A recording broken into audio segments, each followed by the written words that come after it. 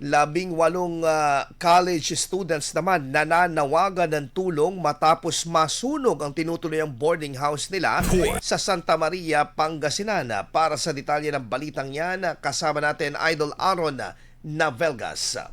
104.7 IFM Report. Nananawagan ng tulong ang 18 mag-aaral sa kolehiyo matapos masunog ang kanilang tinutuluyang boarding house sa barangay na Magbagan, Santa Maria, Pangasinan noong gabi ng Marso 14.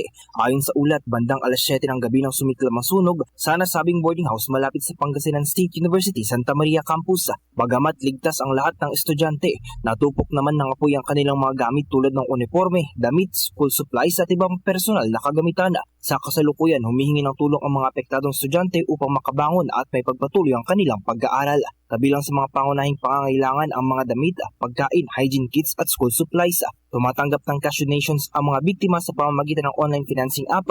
Gayon din ang in-kind donations na maaaring dalhin sa Student and Alumni Affairs Office o Supreme Student Council Office ng kanilang campus.